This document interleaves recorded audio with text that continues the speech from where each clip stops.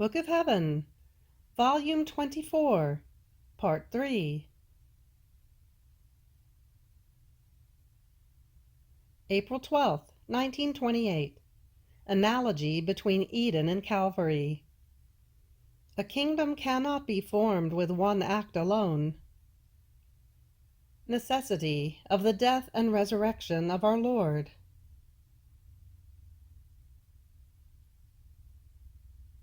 I was doing my round in the divine Fiat, and was accompanying my sweet Jesus in the pains of his passion, and following him to Calvary. My poor mind paused to think about the harrowing pains of Jesus on the cross, and he, moving in my interior, told me, "My daughter, Calvary is the new Eden in which mankind was given back what it lost by withdrawing from my will." Analogy between Calvary and Eden. In Eden, man lost grace. On Calvary, he acquires it. In Eden, heaven was closed to him. He lost his happiness and rendered himself the slave of the infernal enemy. Here, in the new Eden, heaven is opened to him once again. He reacquires the lost peace and happiness. The devil is chained, and man is freed from his slavery.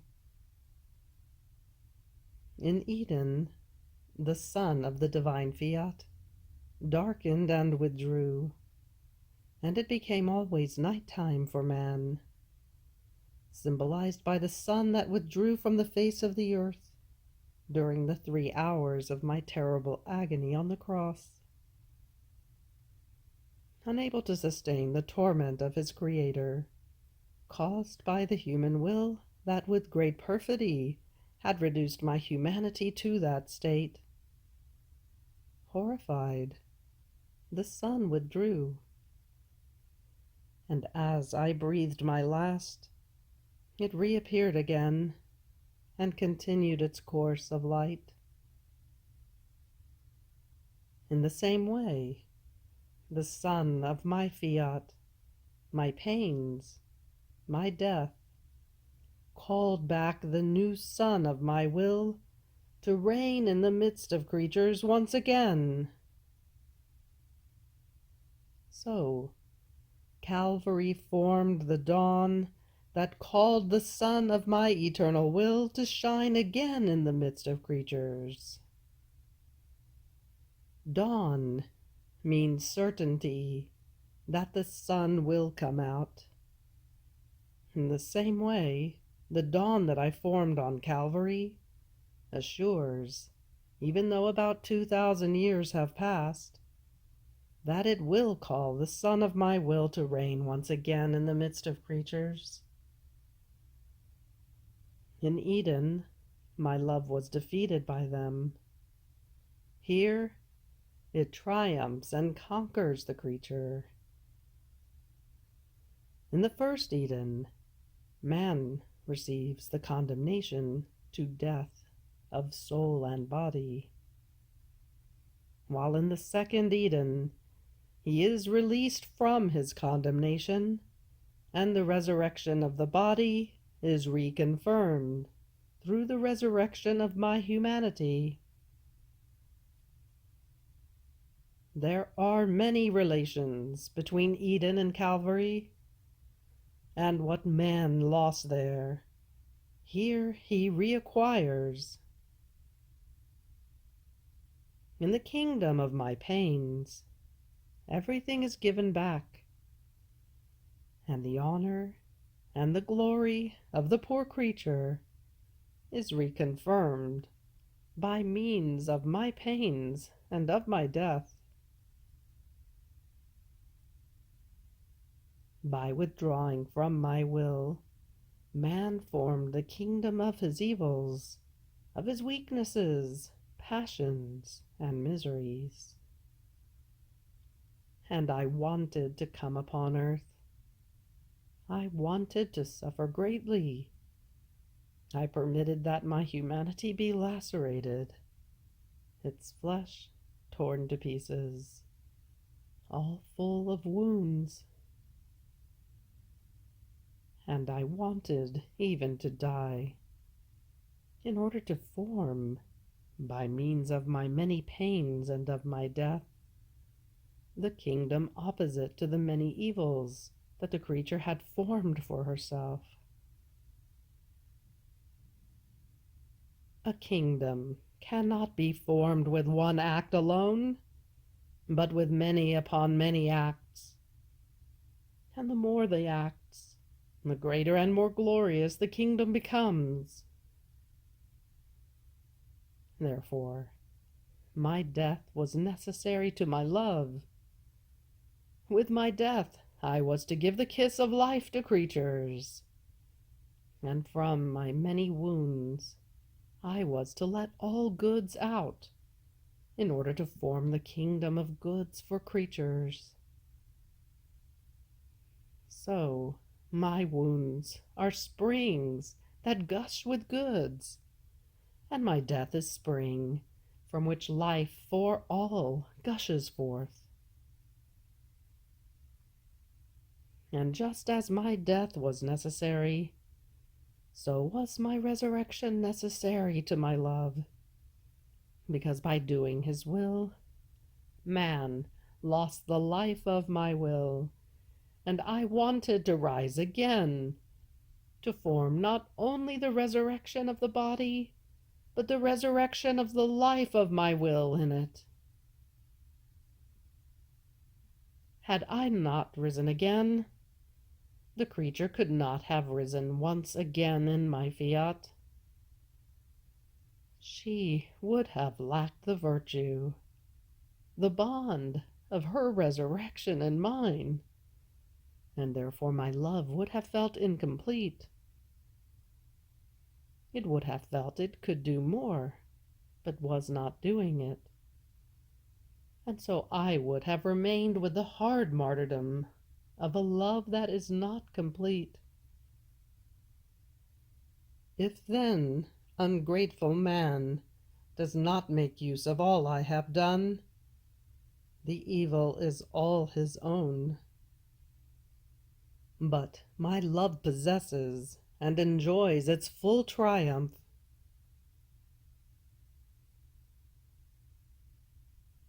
April 16th, 1928. The human will is symbolized by a rotten seed. How the divine will has the virtue of restoring the original life of that seed. Divine echo in the midst of creatures.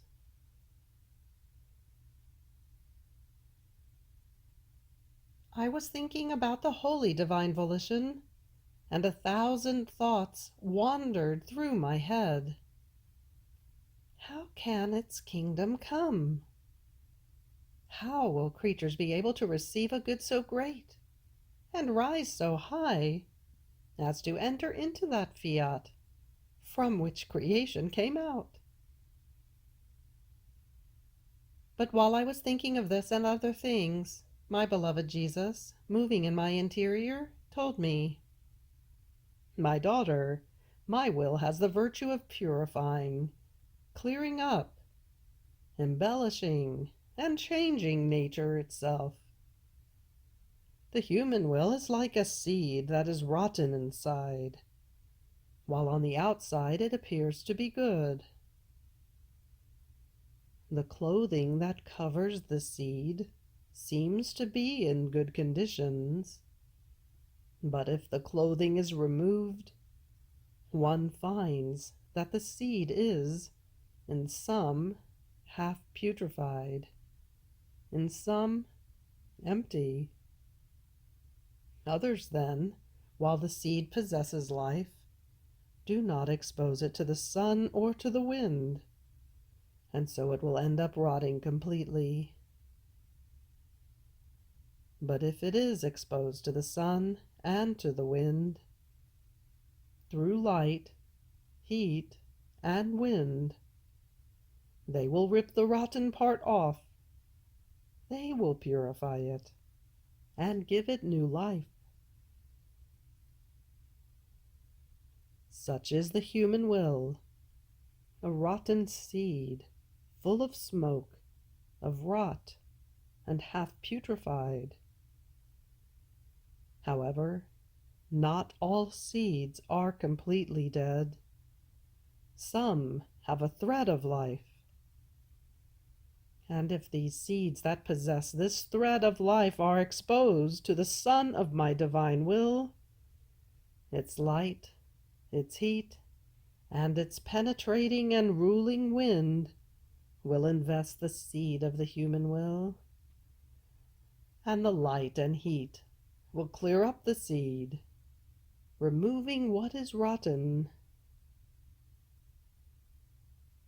They will fill it with life, and the ruling wind of my fiat will play with it, raising it so high as to enclose it in that fiat from which it came out. And with its virtue, it will change the nature of the seed, giving it its original life. Everything is in exposing oneself to the sun of my will, and to the burning and refulgent rays of its knowledges, letting oneself be invested by them, caressed by its light, warmed by its heat, carried by the empire of its wind, so that the kingdom of my will may come upon earth. See, these prerogatives are present also in the natural order. If one feels a heavy and oppressive air, a wind is enough to empty the air of that weight and to breathe it as pure air. If one feels an excessive heat or a numbing cold, a wind is enough to mitigate that heat, and another wind to mitigate that cold. If thick clouds cover the horizon, the wind and the sun are enough to dispel the clouds and make the azure sky reappear more beautiful.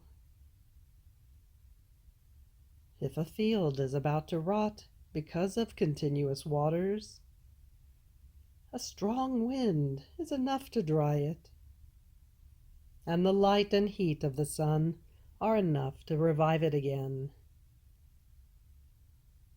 If nature can do this, animated by the power of my will, more so can my will do it over souls who let themselves be invested by it. With its heat, my will mold them anew. It will destroy what is rotten in them, and breathing over them, with its light, it will empty them of the weight of the human will, giving them their original nature. When Adam sinned, corrupting the seed of his will, if my will had not withdrawn from him, its light and heat could have restored him immediately. But justice demanded that he feel the effects of his corrupted seed, and therefore, as my will withdrew, he felt no more light or heat in his soul, so as to be able to be restored, to maintain the seed of his will incorrupt. Isn't this perhaps the kingdom of my will? Its yearning to return once again into the midst of creatures, and more than sun, remove the corruption from their seeds, to be able to reign and dominate in the midst of the human family? After this, I continued to think about the supreme fiat, and my lovable Jesus added, "My daughter, as the divine will pronounced its fiat in creation, it formed the echo. As it resounded in the empty space of the whole universe, This divine echo drew and carried all of our qualities with itself, and it filled heaven and earth with our love. As it came out of our fiat, this echo created the most beautiful things: heavens, suns, winds, seas, and many other things. This echo remained in each created thing, and it maintains the life of the azure heavens with all the stars, the life of the sun, and continuing with its echo of light and heat, it preserves it full of light, whole and beautiful, just as it created it.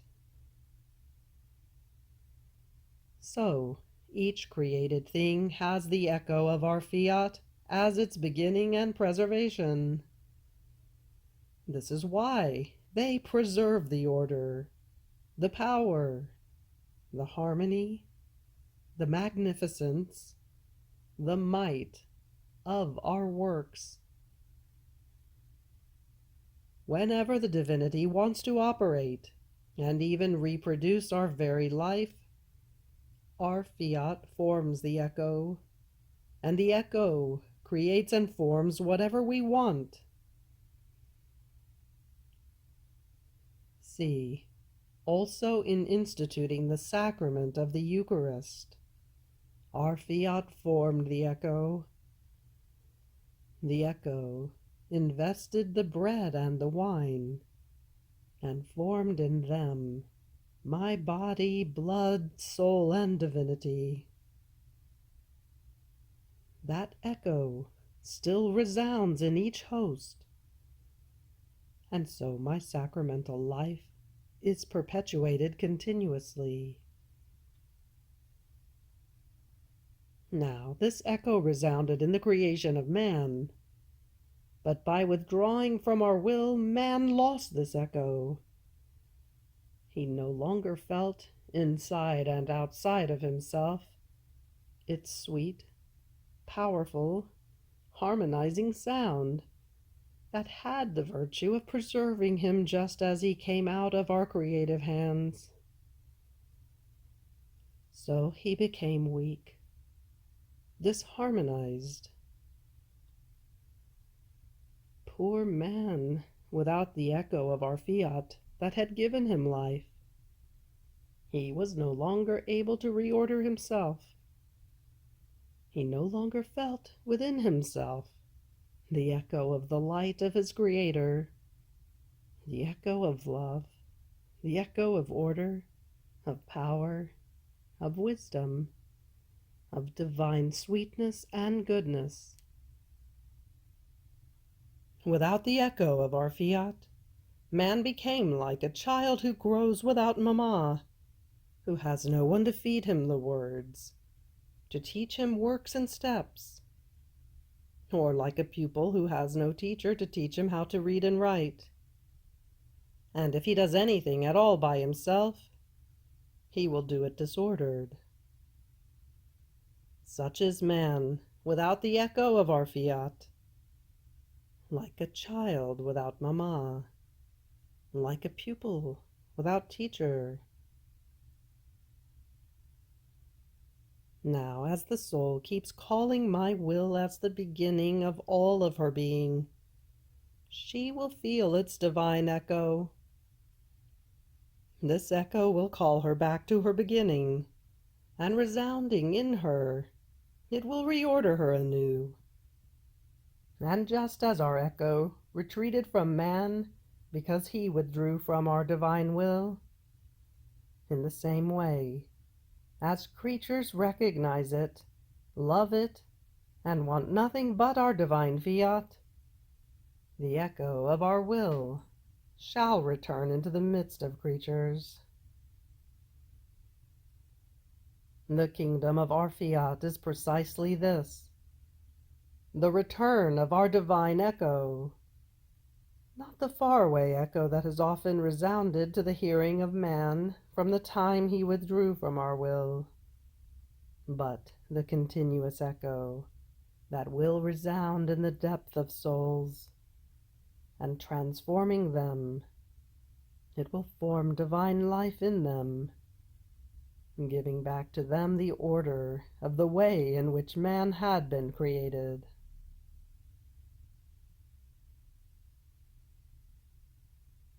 April 22nd, 1928. When the truths are not taken into consideration, their life is aborted. How the love of the Sovereign Queen is spread throughout the whole creation, because in its infinite surge, the Fiat diffused it everywhere. Evils of the human will. I continued with my abandonment in the divine volition, with the almost continuous torment of the privation of my sweet Jesus. I felt the sea of light of the Fiat flow within my poor mind, that seemed to want to tell some truths that regarded it. But the pain I felt from the privation of Jesus was so great that I would not pay attention to the light that wanted to speak to me. And my beloved Jesus, moving in my interior and clasping me in his arms, told me, "My daughter, when the light of my Fiat wants to manifest itself, and the soul does not take it into consideration, the birth that it wants to deliver, in order to communicate it to creatures, is aborted, and they do not receive the life of this birth of light from us. And if you knew what it means to cause our light to be aborted, you must know that when our Fiat wants to manifest a truth, it places all of our being in activity and overflowing with love, with light, with power, with wisdom, with beauty and goodness. It forms the birth of the truth it wants to deliver. And since all of our qualities place themselves in the act of rising, we cannot contain it, and so we release this birth from us to give it to the creature as gift. And if she does not take it into consideration, she causes our love, our light, to be aborted. She causes our power, wisdom, beauty, and goodness to be aborted, making them die at birth. And so she loses this dear birth from us and does not receive our life that we wanted to give her by means of that truth. And we are left with the sorrow of having aborted. And we feel the good that we wanted to give to creatures re-enter into us. In fact, if the creature aborts, she loses that birth, while we do not lose it, but it re-enters into us. It is for the creature that it is aborted. Therefore, be attentive when you feel that the sea of light of my Fiat forms its waves to overflow outside, to deliver the birth of its truths.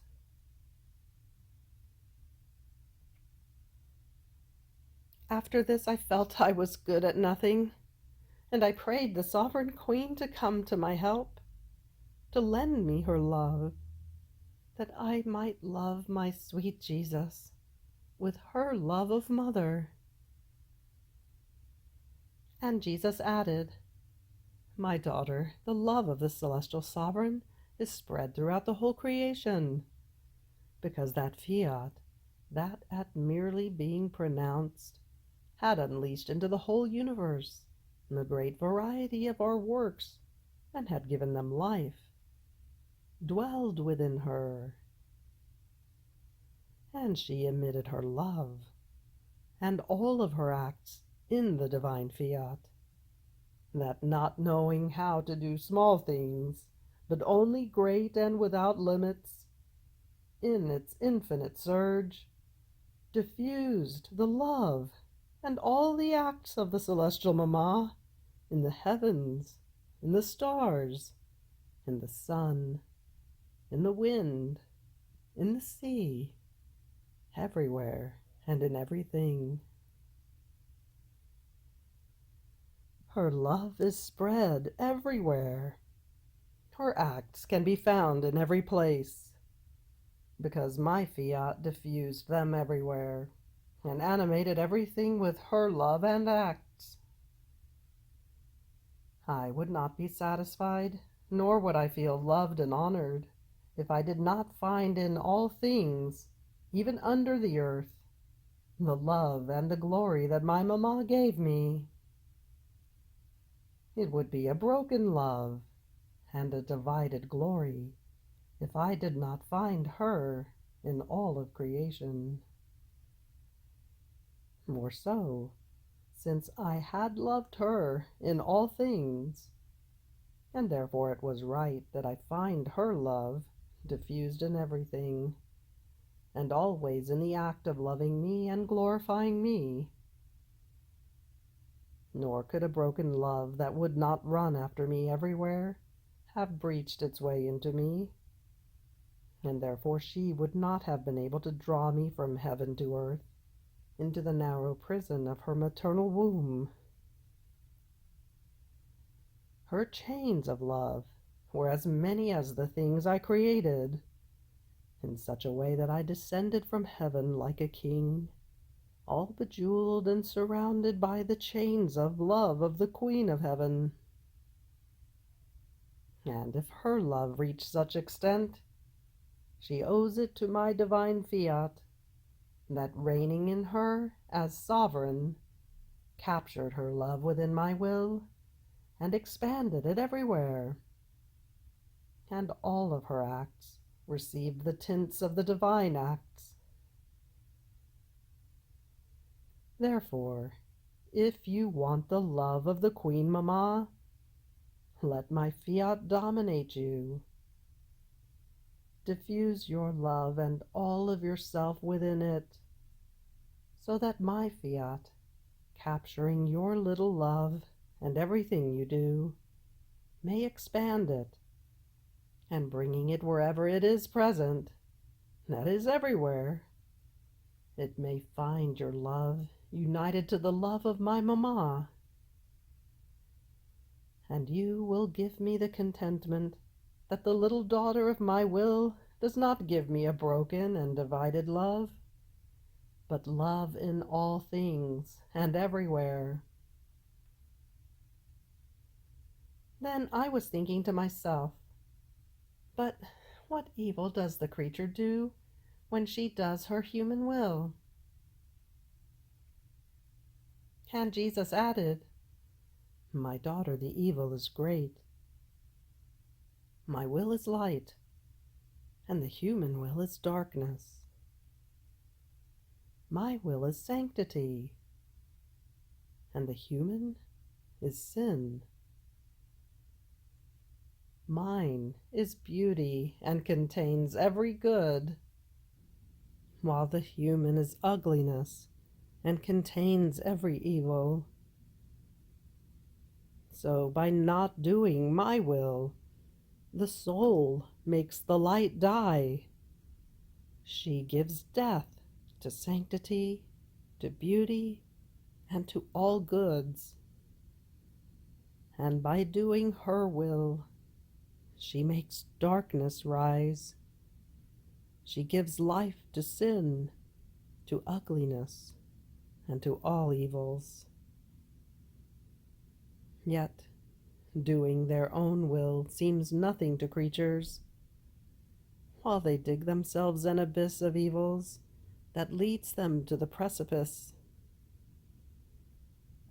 And then, does it seem trivial to you that while my will brings them its light, its sanctity, its beauty, and all of its goods, and only because it loves these creatures, it receives the affront of seeing its light, its sanctity, its beauty, and all of its goods die in them.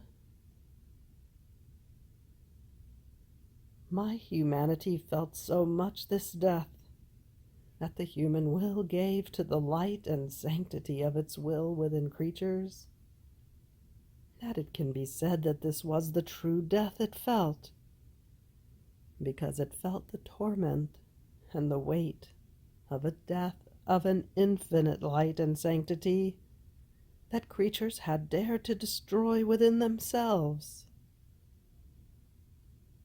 And my humanity moaned and felt crushed by as many deaths, for as many times as they had dared to give death to the light and sanctity of my divine will within them. What evil would it not be for nature if they made the light of the sun, the wind that purifies, the air that they breathe, die? There would be such disorder that creatures would all die. Yet the light of my will is more than sun for souls, more than wind that purifies, and air that forms their breathing. So, from the disorder that could take place if they could make the light of the sun, the wind, and the air die, you can comprehend the evil that takes place by not doing my adorable will, which is act of primary life and center of all creatures. You have reached the end of the Book of Heaven, Volume 24, Part 3. Fiat.